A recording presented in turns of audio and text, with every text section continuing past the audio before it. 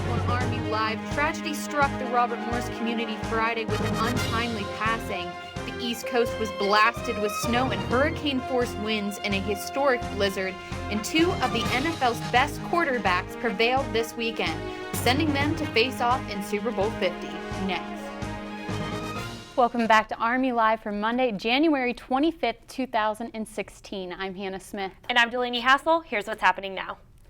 Tragedy struck the Robert Morris campus Friday with the death of senior Jordan Willis. Jordan's body was found in the woods Thursday afternoon by someone walking their dogs. Robert Morris Police, Moon Police, and Allegheny County homicide detectives investigated, ruling out foul play. Willis was a senior computer information systems major, a member of the top secret Colonials, and a brother of Delta Delta. All students, faculty, and staff should be aware of the services offered by the Counseling Center. If you would like to speak with someone, please call the Counseling Center at 412-397-5900 or visit them in their office located in Patrick Henry. Therapests will also be available on campus throughout the week at various locations.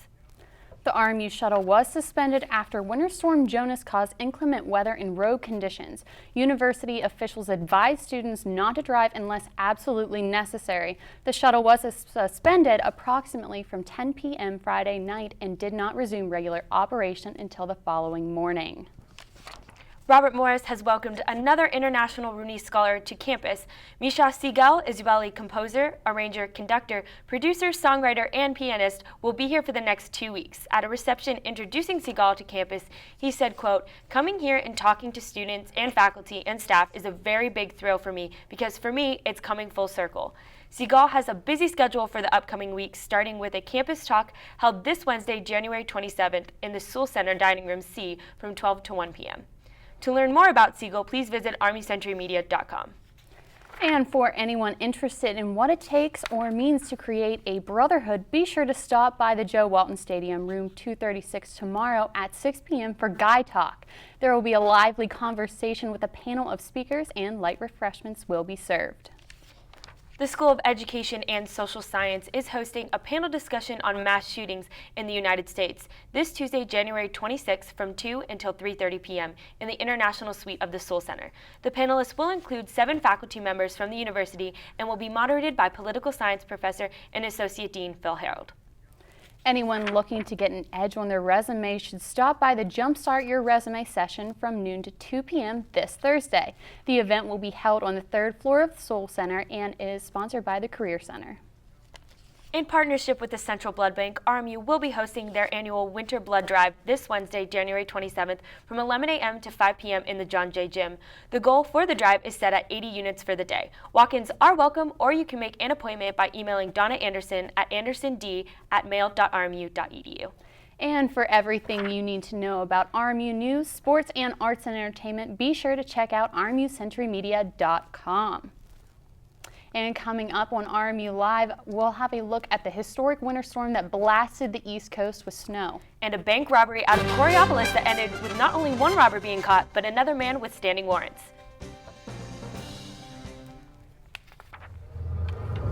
Looking for these? You drive buzzed. It could be one very expensive ride. First, you gotta make bail. Then pay me to get your car back. Your insurance premiums will go through the roof. And my legal fees just keep adding up. All told, it could end up costing you $10,000. Buzzed, busted, and broke. Because buzz driving is drunk driving.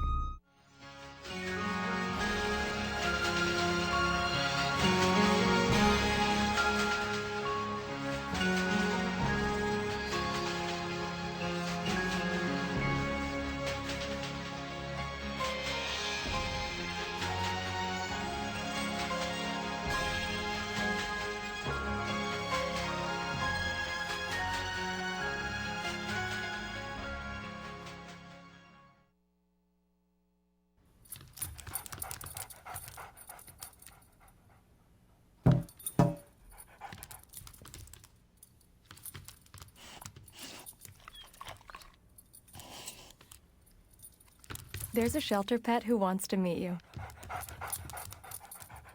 Meet one today. Visit theshelterpetproject.org. adopt. To Maddie, congrats on paying off all those student loans. Finally, right? How'd you manage that anyway? I started tracking my spending, changed a couple of habits. Wow, I'm kind of living paycheck to paycheck right now. I don't even know how I'm doing it. Well, have you tried saving a little?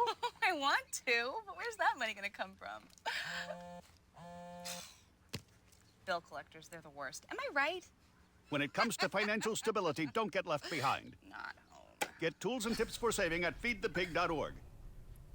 A historic blizzard pummeled the East Coast this past weekend, causing road closures, reduced speed limits, and many people to become stranded on roadways. CNN's Scott McLean has more on how the East Coast fared the storm. Well, in the nation's capital, flights have finally started to arrive and take off, and the president is back to work as well. But largely, this city is still shut down. Snow absolutely clobbered most of the East Coast. In some areas, it was record snowfall. In D.C., we didn't set a record, but we still did get a lot of snow, and it's still causing a lot of problems. Schools are closed today. Government offices are closed today. The metro is running on a modified schedule. And as I said, those flights are just now starting to get back up and running. It will not be business as usual Monday, as East Coast cities like Baltimore, Philadelphia, New York, and the Washington, D.C. area continue digging out from the region's major weekend blizzard.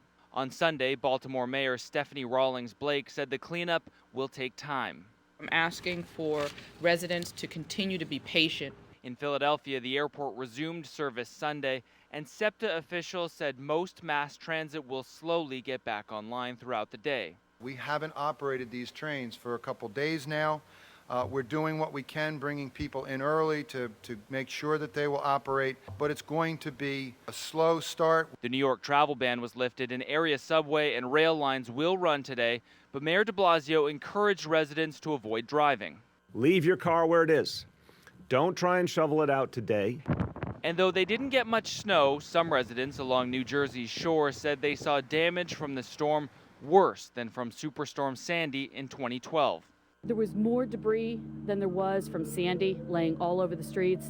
And here in the Washington, D.C. area, the federal government as well as Maryland and Virginia state governments are closed again today as officials continue cleanup efforts. This was a major event. There was a tremendous amount of snow. I caution everybody, it's going to take a while to remove all of this snow. So most of the major routes here in D.C. are largely clear of snow, so why isn't the government back to work? Well, I'll show you. This is the process that has to take place. Because of the volume of snow that we're dealing with, it literally has to go into those front-end loaders and then loaded into dump trucks and taken off-site. It is a time-consuming process, as you can see. It is also a very expensive process. Early estimates for the cost of this storm nationwide, somewhere between $350 and $750 million. That's lost wages, lost revenue, and of course the cost of cleaning up all this snow. Reporting in Washington, D.C., I'm Scott McLean. Now back to you.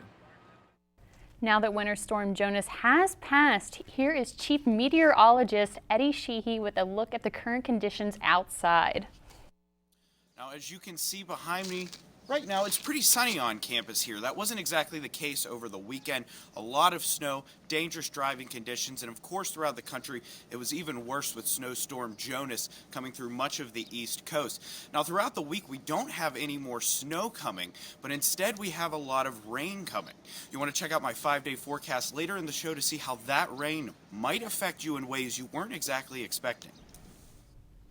After holding up a Coriopolis bank on Friday while wearing a Pittsburgh Steelers jersey, Allegheny County Police have arrested Ethan Martin and charged him with robbery, receiving stolen property, possession of heroin, and intent to deliver. Martin entered the West Banco branch at 12:16 p.m. and pointed a handgun at two different tellers. According to officials, a witness said they saw another male, later identified as Keith Cook, running up an alley not far from the bank. Cook had active arrest warrants on unrelated charges, and police arrested him on those standing warrants. Martin later confessed to the robbery and identified himself on the surveillance video photos. A Coriopolis man that suffers from dementia was found Sunday afternoon after being reported missing. 67-year-old James Auer wandered off from his house around 9:45 a.m. Sunday morning. He was found later that afternoon not far from his home. Egypt has tightened security measures as today marks the 5-year anniversary of the uprising that ended former Egyptian military and political leader Hosni Mubarak. His 30-year rule. CNN's Ian Lee has more on the story. Arab leaders quaked at the sight of Tahrir. Millions of Egyptians took to the square, a force for change demanding a better life. That was 18 days in 2011. The masses returned to do it again in 2013. Shortly after, the new government cracked down. Police arrested Yusuf during a protest, charged with threatening national security, he says. We're concealing the university student's identity. He's afraid for his safety. They electrocuted me with 2 wires to the chest and the back. I was screaming in pain. My torturer said the electricity was weak. Plug it into the AC. The shock sent me and 2 guys holding me back a few meters. Yusuf languished in prison for over a year. How did you deal with the torture? I cried hard. I felt extremely weak, impotent, and crushed. I broke a piece of glass and felt that I wanted to end all this. I wanted to die. CNN can't independently verify Yusuf's story, but Egyptian human rights lawyers say his is not unique. The use of extreme force, violence, torture violations in prisons, and especially in police stations, it's gone up on the rise. One report detailed police abuse in 2015. In it, nearly 500 people died in police custody. 700 cases of torture were documented. In the lead up to the anniversary of the revolution, activists tell us the government is cracking down on any perceived threats, including making arrests, as well as raiding cultural centers and private homes. There is a deliberate attempt to send a message to anyone that would consider protesting that it won't be tolerated this time around. Egypt's Minister of Interior defended his tactics as legal on state TV. Questions are being raised now about some practices that violate human rights. Well, they are necessary because of the reality we live in. We are facing a ferocious wave of terrorism that Egypt hasn't witnessed in modern history. Among the wave of terrorism, ISIS in Egypt has killed over 1,000 people, including hundreds of civilians. But Yusuf sees the government's tactics as counterproductive. The government gives the terrorist organizations a kiss of life. The youth join these groups as a result of the government's oppression and terror. They don't give the young people a way to vent their anger. 5 years on, for many, the hope of Tahrir has been replaced by despair. Ian Lee, CNN, Cairo. Even with all of the police protests, 300 people gathered in Tahrir Square today to praise the police that tried to stop the revolt. The so-called Islamic State posted a video Sunday showing some of the suspected gunmen in the Paris attacks that were carried out last November. Here's RMU Live's own Morgan Torsha with more. ISIS has released a propaganda video that claims to show 9 of the men behind the November terror attacks in Paris. The gruesome, roughly 18-minute tape shows the attackers' so-called final messages and some of the militants beheading hostages. The identities of the victims are not known, but the Paris attacks did leave 130 people dead. In the video, one man says the group was authorized to act by ISIS leader Abu Bakr al-Baghdadi and that the goal was to bring France to its knees. Footage also shows Britain's Prime Minister David Cameron. A terrorism analyst suggests the United Kingdom could be the next target. Reporting for RMU Live, I'm Morgan Torsha. Well, it was an exciting weekend for football this weekend, so, I mean, Pittsburgh isn't going to the Super Bowl, but I'm just excited I won't be throwing a football. Yeah, I don't think you'd fare too well, especially with those quarterbacks that are making it in there. Yeah, Ben, what do you have for us this week? This week in sports, Super Bowl 50 is set after Championship Sunday, and Superstorm Jonas has caused a bit of trouble for the NHL. Wow, he just blew.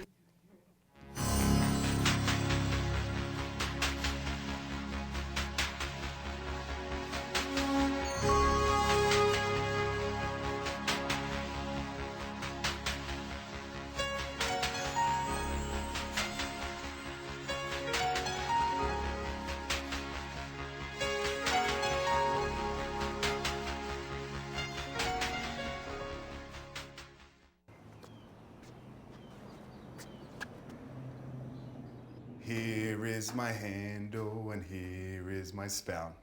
When I get all steamed up, then I shout. Tip me over and pour me out. Oh. The smallest moments can have the biggest impact on a child's life. Cheers. Take time to be a dad today.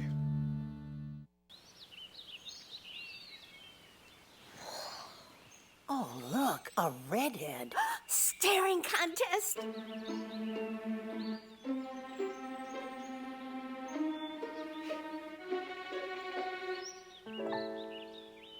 You still got it. I know. Come alive with the forest. The dad was cute. You were looking right at us. Visit discovertheforest.org to find a forest near you.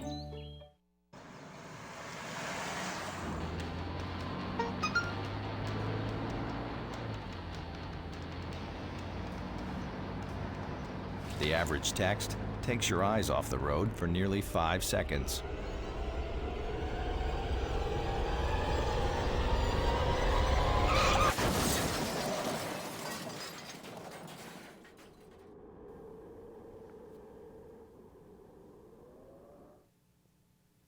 Welcome back to RMU Live. I'm Ben Kelkis with the latest in sports. As we kick off this spring semester of RMU Live, the NFL decided its Super Bowl contenders, starting off in Denver. Broncos versus Patriots, Manning versus Brady. The Broncos would pull ahead 20-12 with a fourth quarter field goal, but the Patriots would not quit. With just under 2 minutes to play, Brady rallied the troops on 4th and 10 to hit Gronkowski for a 40-yard bomb. Then on 4th and goal from the 4-yard line, Brady hits Gronk again in the back of the end zone to put the Patriots within 2, but the 2-point conversion would be unsuccessful. A failed onside kick would then send the Denver Broncos to the Super Bowl with a 20-18 victory. Over to the NFC, the Carolina Panthers would have their chance for greatness as they faced the Arizona Cardinals, and they would not be stopped. Carolina got the game off to a powerful start, scoring 17 points in the first quarter and holding the Cardinals scoreless. From that point on, Carolina would not be matched, with Cam Newton having his hands in 4 Panther touchdowns, 2 by air and 2 by land, leading to a 49-15 victory. The Panthers will face off with the Denver Broncos in Super Bowl 50. Catch the game Sunday, February 7th at 6 p.m. Eastern on CBS. After last week's Steelers loss, Pittsburgh sports fans figured they'd at least have some hockey to watch during the championship Sunday, but Winter Storm Jonas thought otherwise. The Pens were due to travel to D.C. to face off with the red-hot Washington Capitals, but upwards of 3 feet of snow would cause the National Hockey League to elect to postpone the contest to a later, unannounced date. The meeting with the Caps may be on freeze, but the Pens look forward to picking it back up in the Berg Tuesday to face off against the New Jersey Devils. Puck drop is 7 o'clock on Root Sports. That's all the time we have for sports. Eddie, will the Pens have any more snow trouble this week? Well, you know what, Ben? I can't tell you too much about what the Pens are doing. I don't think I even know what sport the Pens play. But weather, that is something I know a lot about. As RMU Live's chief meteorologist, I'm here to give you the update on all the weather stuff you could possibly be wondering right now. Now, even if you lived under a rock this weekend, I'm sure you noticed the enormous amount of snow we got. We got almost 2 feet in some areas of western Pennsylvania. Now, Snowstorm Jonas, it was a pretty big deal this weekend. I also saw it being called Snowpocalypse, Snowmageddon. My favorite was Snowzilla. We don't have any more of that coming this week, luckily enough, though. So let's take a look over here.